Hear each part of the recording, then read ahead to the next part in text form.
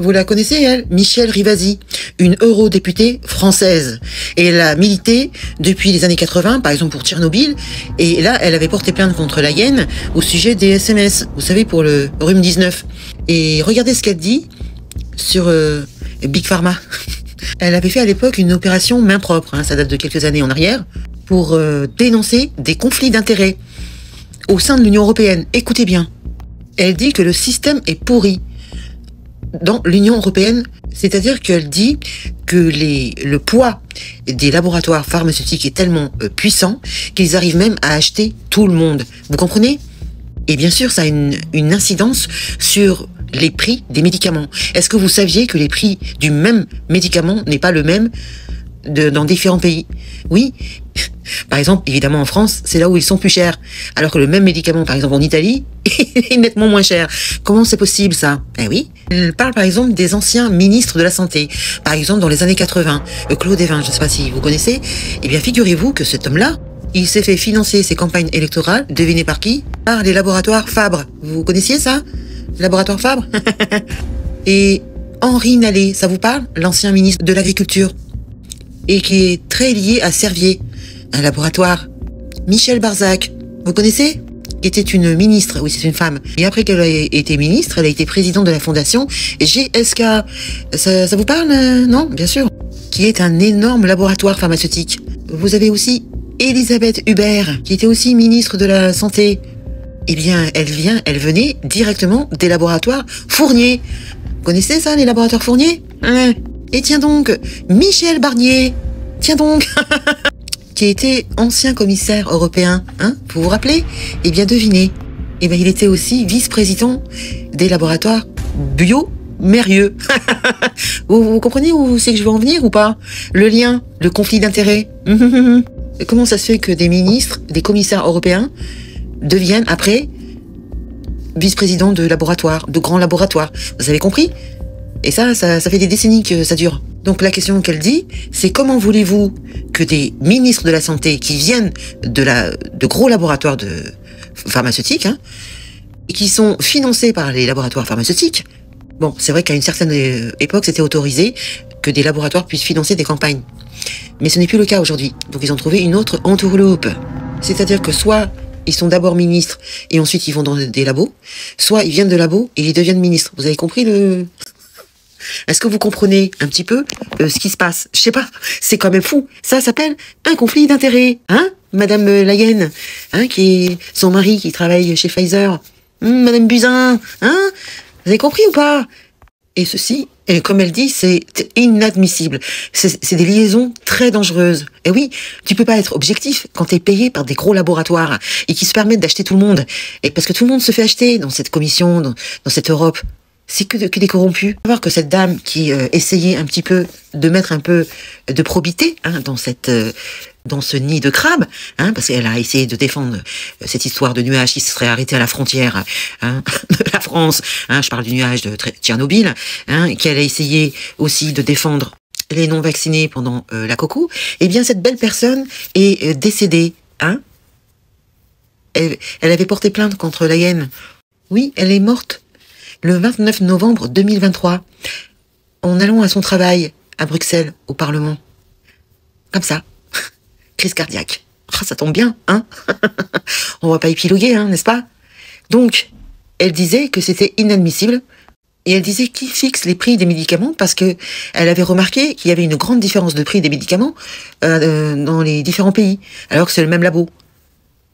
Et elle disait, qui fixe le prix des médicaments? Qui? Eh bien, elle dit que c'est opaque, tellement opaque qu'on ne sait pas. On ne sait pas qui fixe les prix des médicaments. Il y aurait un comité économique des produits de santé, c'est eux qui fixent le prix des médicaments. Donc, dans ce comité, il y a les administrations, les ministères, etc. Mais voilà, il y a aussi les assurances, mais par contre, il n'y a aucun usager, hein. Donc, il n'y a aucune ouverture, hein, vers l'extérieur, hein. Ils sont en vase clos. En huis clos, comme dans un tribunal, hein, et ils décident de l'avenir, hein, ils décident des prix des médicaments, voilà. Et rien ne sort, hein, c'est extraordinaire, hein. Et on ne sait pas sur quels critères ils se basent. Et c'est toujours le cas aujourd'hui, hein. Donc c'est vrai que la France rembourse le mieux les médicaments, hein. Mais par contre, c'est en France que nous payons le plus le prix des génériques que partout ailleurs. On ne sait pas pourquoi. C'est nous qui payons le plus cher, hein. C'est extraordinaire.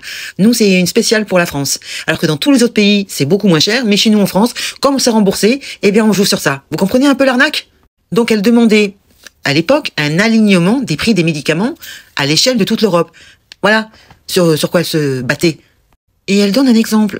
Pour les gens qui ont l'hépatite C, il y a un médicament miraculeux qui s'appelle le Sofosbuvir. Il y a ce labo qui fait le forcing, qui a dépensé 45 000 € sur quelques patients sur 12 semaines, qui a fait le forcing, et qui fait des molécules hyper chères. Hein.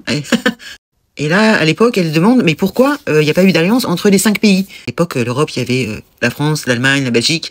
Donc elle demande pourquoi on n'a pas demandé aux 5 pays de faire une alliance. Donc c'est ce qu'elle demandait, c'est que ces pays se réunissent pour baisser le prix de ce médicament. Par exemple, de faire une licence obligatoire.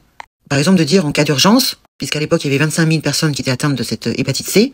Donc elle voulait qu'on demande une ouverture par rapport à ce brevet et de demander à d'autres laboratoires de fabriquer cette molécule. Puisqu'elle disait que par rapport à l'OMC, on avait la possibilité de le faire. Eh ben non, ça bloque. Eh bien parce qu'il y a un lien tellement fort et restreint et direct avec les laboratoires, je parle des ministères, hein. Parce qu'il faut savoir que les laboratoires comme ça payent tout. Ils payent la formation continue des médecins, ils payent une partie de la formation initiale aussi, ils ont aussi les visiteurs médicaux qui vont faire de la propagande avec le nouveau médicament, et ils savent y faire, hein. Alors qu'il n'y a pas du tout de pharmacovigilance hein, derrière, on ne sait pas trop ce que ça va donner, il n'y a pas de recul, mais eux ils tabassent, tout ça pour gagner du flouze, hein, sur le dos des patients. Et on laisse faire. Donc imaginez avec le rhume-19 ce qui s'est passé. Ils ont dû acheter tout le monde. Dans l'Union européenne, en France, tout le monde ils ont acheté. Donc elle disait qu'il fallait tout revoir le système, parce qu'il était pourri. Donc elle avait fait un appel, signé par des parlementaires, des professeurs de médecine, etc. Des chercheurs, des représentants associatifs, qui luttent contre la corruption pour un égal accès aux soins. Donc elle demandait un égal accès aux soins, hein, c'est pas trop demandé, hein, ça me semble tomber sous le sens. Et elle parle de la haute autorité sur la transparence de la vie publique. Donc elle a eu accès à certaines données et elle voulait étendre ces données à l'échelle européenne, que tout le monde ait accès à ces données. Et elle parle du président de la haute autorité de la santé. Ils ont tous des postes hyper avec des noms très pompeux, hein. Et cet homme-là a été auditionné par le Sénat et l'Assemblée nationale pour répondre justement aux accusations de conflit d'intérêts. Et pendant cette réunion, hein, eh bien, monsieur ment en disant « Non, je n'ai pas de conflit d'intérêts ». Sauf que, puis finalement, il a rebroussé chemin et il s'est dit « Ce serait peut-être bien que je dise la vérité », que oui, j'ai bien été payé par plein de laboratoires, de gros laboratoires, environ 200 000 €. Hein? 200 000 €, président de la haute autorité de la santé. Et imaginez le reste. Et cette personne-là est responsable de l'évaluation des médicaments. Alors comment faire confiance à ces gens-là qui se font acheter et qui mentent durant une commission au Sénat et à l'Assemblée nationale, puis qui finalement reviennent sur leur dire en disant ben oui, finalement j'ai bien été payé. C'est quoi ces gens en fait? Donc elle disait qu'il fallait avoir un organisme d'évaluation, un organisme de contrôle, parce qu'elle voulait refondre le système. Parce qu'elle les trouvait tous pourris en fait. Mais le problème c'est que ça continue. Et toujours, et c'est même pire. Regardez ce qui s'est passé pendant le rhume-19. Elle voulait un organisme de sanction, parce qu'il fallait absolument sanctionner ces gens qui touchent, qui palpent de l'argent de laboratoires, de gros laboratoires, pour se taire ou pour faire passer des lois, hein, contre la santé des gens. Vous comprenez? Faut sanctionner ces ministres qui ont pris des décisions, d'ailleurs même dans tout son cabinet, hein. Ils doivent surtout pas venir de laboratoire. Ils doivent être neutres. Ça a l'air d'être clair, plutôt quelque chose de sensé. Bah non. Non, c'est normal, ils viennent de laboratoire. Ça, tu vois, ils font ping-pong. Non mais c'est un truc de dingue. Donc quand je vous dis qu'elle gênait, parce qu'elle avait dû découvrir des choses pendant le rhume-19, parce qu'elle est morte en 2023, qu'elle avait porté plainte juste pour l'histoire des SMS, mais à mon avis, elle avait dû faire une enquête, comme elle était très coriace, je pense qu'elle devait bien gêner, vous comprenez? Donc tout ceci, évidemment, ça pénalise les patients. D'ailleurs, remarquez un petit peu ce qui se passe aujourd'hui. On rembourse plus trop tous les médicaments. On commence petit à petit à moins rembourser. Et pourtant, les médicaments sont toujours aussi chers. Plus chers qu'ailleurs. Vous allez en Italie, si vous cherchez un médicament, vous le trouverez moins cher là-bas. Allez-y, en Espagne, n'importe où, sauf en France. Et ça, c'est bien le ministre de la Santé qui laisse passer, qui laisse faire. Ça peut pas être autrement. C'est pas les laboratoires bah si, c'est eux qui décident, en fait. Et le ministère, le ministre, il se laisse faire, il laisse faire les choses. Voilà, il laisse, c'est incroyable. il se laisse acheter, il laisse passer les lois, il laisse passer les prix des médicaments. Voilà, c'est comme ça qu'on se retrouve avec une situation pareille, des fois avec des pénuries de médicaments.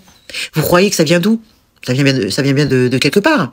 Donc elle voulait un alignement des prix des médicaments à l'échelle européenne, et ça s'est jamais fait. Et oui, une ouverture sur les appels d'offres, ça s'est jamais fait. Et elle finit par dire que ce n'est pas normal qu'un laboratoire dicte sa loi. Ben si, ils sont tous achetés. Hein? Un labo doit être soumis à la politique et non pas le contraire.